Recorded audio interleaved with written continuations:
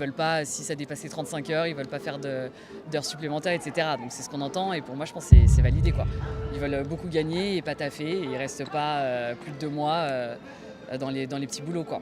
Le monde du travail est en pleine mutation et tout le monde a un avis sur la question. Mais est-ce que ces débats sont vraiment nouveaux ou est-ce qu'on rejoue toujours la même partition, génération après génération? On a rencontré Calixte lors du HR Tech à Paris, un événement où les RH viennent chercher des solutions pour recruter, fidéliser et comprendre les attentes des talents, et autant dire qu'on n'a pas été déçus. Alors bonjour Calixte, est-ce que tu peux te présenter en quelques mots? Bonjour à tous, merci Alexandre pour l'invitation. Je m'appelle Calixte et j'ai cofondé un cabinet de conseil en ressources humaines qui s'appelle InResidence, qui appartient lui-même au groupe Wi-Fi, qui fait beaucoup de recrutement et de management de transition. Avant ça, j'ai travaillé une vingtaine d'années dans les RH, 10 ans dans l'écosystème de l'industrie, chez L'Oréal et chez Elis notamment, et 10 ans dans les startups, chez TripAdvisor ou PrestaShop. Et qu'est-ce qui t'a amené à bosser sur ces sujets-là? C'est un sujet qui est ô combien intéressant et qui est assez peu traité en profondeur. Et quand le salon HR Technology nous a proposé de l'adresser, on s'est dit que c'était intéressant d'aller proposer des solutions concrètes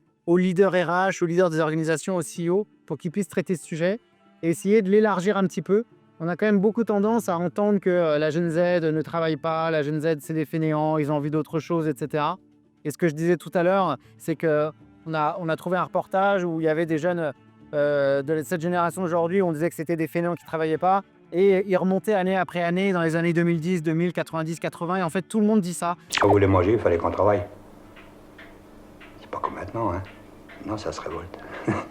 Donc, c'est intéressant d'essayer d'accompagner les gens à réfléchir sur les attentes des nouveaux dans leur entreprise. Parce que c'est eux qui demain géreront et piloteront ces entreprises. Est-ce que ce sont les entreprises qui façonnent le marché en imposant leurs règles? Je pense que c'est une très bonne question et mon avis qui vaut ce qu'il vaut, mais c'est que c'est l'inverse. On échange avec beaucoup d'entreprises, beaucoup de fondateurs de RH qui essaient de travailler sur la fidélisation des collaborateurs et donc de rester dans les années 80, 90, 2000 où les collaborateurs vont rester longtemps et dépensent des fortunes dans des programmes d'accompagnement, de gestion de carrière, etc. Tout ça pour que les collaborateurs restent 6 mois de plus ou 1 an de plus. Je pense que un collaborateur qui arrive sur le marché du travail, qui a 20 ans, 25 ans, 30 ans, il n'a pas nécessairement envie d'aller travailler 30 ans, 40 ans dans la même entreprise, mais il a envie d'être épanoui, d'avoir un équilibre vie privée, vie professionnelle. Mais dans l'ensemble des métiers, on fait des sauts de puce, on travaille 2 ans, 3 ans, 4 ans, on s'arrête, on monte une entreprise, on va faire un voyage, on prend du temps pour soi, on reprend un job de salariat. Et de fait, c'est plutôt cette génération-là qui impose un changement au monde du travail et pas l'inverse. Si on écoutait beaucoup de fondateurs, beaucoup de présidents de grandes entreprises, ils voudraient un travail en présentiel, beaucoup d'horaires, beaucoup d'investissements, assez peu de considération des personnes. Et donc nécessairement, c'est obligé de changer. Donc pour répondre à la question, c'est l'inverse, je pense. Un truc qu'on retrouve le plus dans le monde aujourd'hui, c'est la quête de sens. La bouffe que je mange, les enfants, mon boulot, les vacances, les habits que j'achète, tout doit avoir un sens. On parle souvent de quête de sens, mais est-ce une vraie prise de conscience ou juste une manière de fuir un modèle de travail qui ne convient plus? Et au final, qu'est-ce qu'on cherche vraiment quand on parle de sens? Je pense que cette quête de sens, elle vient surtout d'une génération qui est complexe, qui n'est pas très bien dans ses baskets, qui est abreuvée d'informations, de communication, de réseaux sociaux, de tout ça, et qui, naturellement, en voyant toute cette masse d'informations, va réfléchir à quel est son positionnement, sa position dans la société, encore une fois avec un S majuscule. Si on voit les personnes fin 19e siècle, début 20e, en fait, ils avaient un écosystème qui était très restreint, très peu voyageait, l'information était maîtrisée, voire dictée par un gouvernement ou un autre. Et aujourd'hui, et surtout les générations, donc pour le coup la mienne, qui a vécu les voyages très accessibles, les billets d'avion à 1 euro, l'accès aux informations complètes, bah forcément ça a changé les choses. Et quand on voit d'autres modèles, bah, ça peut donner envie de les vivre, ça peut donner envie en tout cas de les toucher. Donc je pense que c'est surtout ça qui fait que la nouvelle génération a envie d'autre chose. Et l'aboutissement, l'accomplissement d'une vie, quand on se retrouve sur son lit de mort à 84 ans, je crois que c'est la moyenne générale, bah, on va plutôt regarder sa vie personnelle, ses accomplissements. On ne va pas nécessairement regarder sa vie de travail. C'est ce que je disais tout à l'heure, la génération donc post-guerre, baby boomer, ils expliquent qu'ils travaillent chez Total, chez EDF, chez France Télécom. Leur rôle n'a que très peu d'importance dans les dîners en ville. Ma génération, donc des années 80, on va commencer à rajouter le métier. Je suis graphiste chez machin, je fais du développement chez truc. D'ailleurs, quand je me suis présenté tout à l'heure, j'ai expliqué que je travaillais dans les ressources humaines et les entreprises ont été citées, mais un peu moins que mes parents. Et aujourd'hui, quand on interroge des gens dans la rue, les gens qui sont nés au début des années 2000, bah, ils vont dire je suis graviste, je suis développeur, je suis financier. Mais l'entreprise a beaucoup moins d'importance dans la vie quotidienne des gens pas.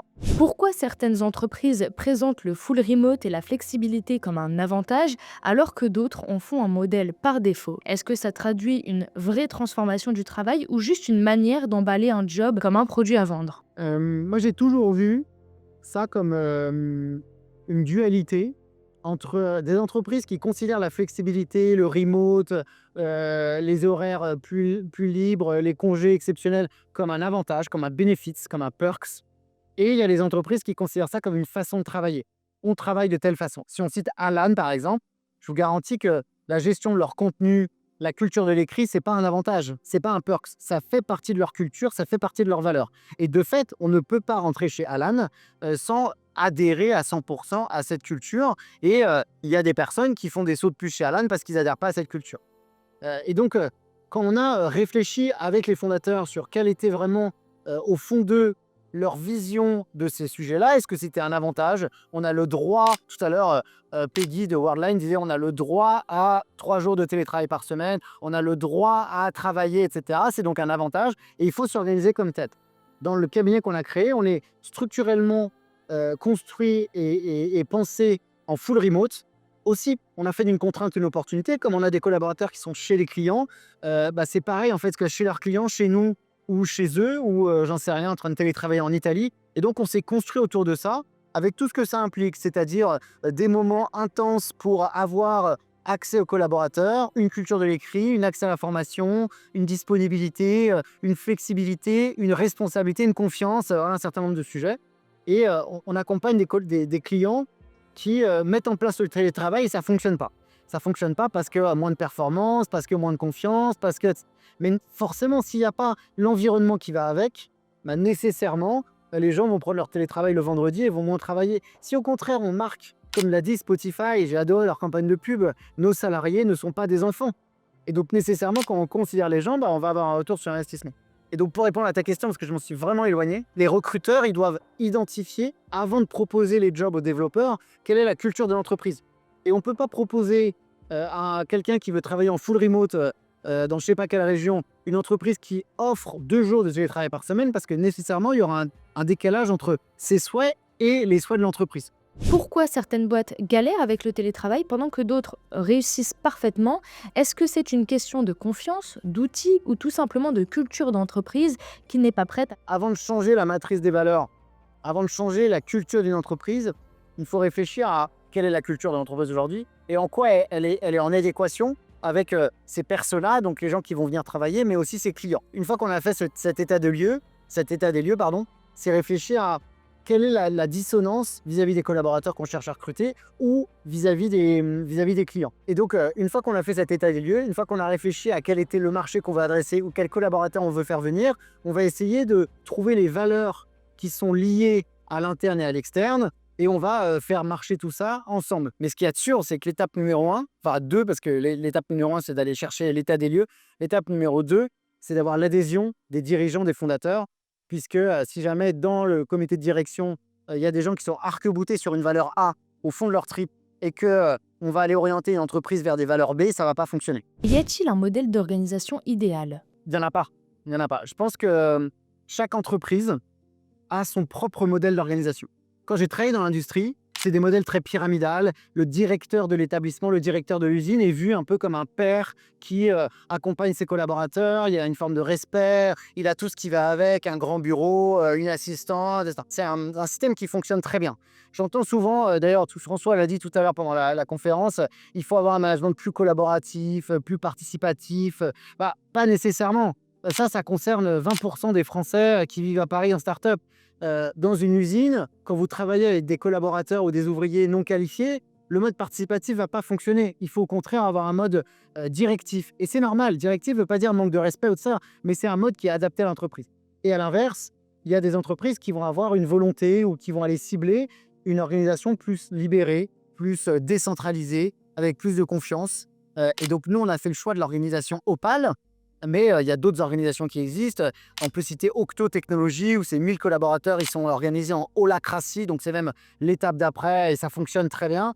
Donc, pour répondre à ta question, c'est vraiment chaque entreprise doit réfléchir à son organisation, sa gouvernance optimale et comment faire pour la déployer, la piloter, l'améliorer étape après étape. Les valeurs affichées par une entreprise, c'est du storytelling ou une vraie colonne vertébrale qui influence les décisions? Comment savoir si une boîte vit réellement ses valeurs ou si c'est juste un argument pour recruter? Je pense que premièrement, il faut dire à cette jeune génération qu'il est important de se renseigner sur l'entreprise dans laquelle ils vont travailler et sur la forme de contrat qu'ils vont avoir avec l'entreprise. C'est pas le même investissement, c'est pas la même chose si jamais on va dans une entreprise en freelance ou en salariat et d'avoir juste cette réflexion de se dire quelle est l'entreprise que j'ai en face de moi, quelle est la relation que je vais avoir, quel est le manager, quelle est la culture, est-ce que moi mes attentes c'est beaucoup de flexibilité, ok, est-ce que l'entreprise dans laquelle je vais aller a beaucoup de flexibilité, oui, non. Ça c'est un premier état des lieux. Et ensuite, une fois qu'on a fait cet état des lieux, c'est d'aller voir les différences et les points de rassemblement et d'essayer d'estimer est-ce que les différences sont des deal breakers, c'est-à-dire on ne va pas pouvoir travailler sans, ou si jamais on va pouvoir s'en accommoder. Et après, essayer d'avoir aussi un peu d'indulgence vis-à-vis de la génération boomer. Je regardais un livre très récemment sur le procès de Bobigny, donc lié à l'avortement. Et les juges, les magistrats emploient des termes qui, vus de notre œil, sont inacceptables aujourd'hui. Mais à l'époque, c'était la norme, c'était l'acceptabilité. Et quand vous avez un président qui a 60 ans, nécessairement, il a été inculqué, éduqué avec ces valeurs-là. Donc, avoir un peu d'indulgence et ne pas être en réaction ferme et définitive, mais plutôt essayer de comprendre la situation pour l'amener vers une situation suivante. Je donne un exemple très simple. Mon père est agriculteur en Saône-et-Loire. Quand je lui parle des sujets de semaine de 4 jours, de flexibilité, ça le fait hurler de rire. Puisque lui, c'est 7 jours sur 7, il ne peut pas faire autrement. Et donc, je comprends sa situation. Et il faut plutôt l'amener à se dire, il y a d'autres mondes qui existent, il y a d'autres systèmes qui existent, plutôt que d'aller en frontal en disant, non, papa, t'as tort, ça fonctionne pas comme ça, quoi. Et si c'était le candidat qui choisissait? Pourquoi le recrutement est-il toujours unilatéral? Et si les candidats avaient la possibilité de faire des entretiens inversés? Excellent exemple, excellente idée. Spoiler, on le fait, nous, dans notre organisation, dans le process de recrutement. On a une étape qui est au choix du candidat. Le candidat peut choisir d'interroger, plutôt d'interviewer, d'échanger avec qui il veut dans l'organisation. Soit quelqu'un qui sera son père demain, donc un RH recruteur, soit quelqu'un au service central, soit le fondateur du groupe Wi-Fi, soit toute personne. Et justement pour qu'on s'assure qu'il y ait une adéquation entre sa perception à lui et l'entreprise. Donc oui, c'est une excellente idée à mettre partout, quoi. Et si on veut continuer la discussion avec toi, c'est quoi le meilleur moyen? Le plus simple, c'est de me contacter sur LinkedIn où je suis accessible. En plus, avec le prénom que j'ai, il n'y en a pas énormément. Et après, on parle sur d'autres canaux. J'ai une bonne réactivité sur WhatsApp et assez faible sur LinkedIn, mais promis, je réponds à tout le monde. Un dernier mot, voilà, c'était sympa. Moi, j'aime bien le We Love Dev. Franchement, bravo. Je vous ai connu il y a 6-7 ans chez Brigade. On devait être un des premiers, je pense. Donc bravo, super. Continuez. Faites du bien marché. Merci à notre invité pour cet insight et on continue les débats en commentaire.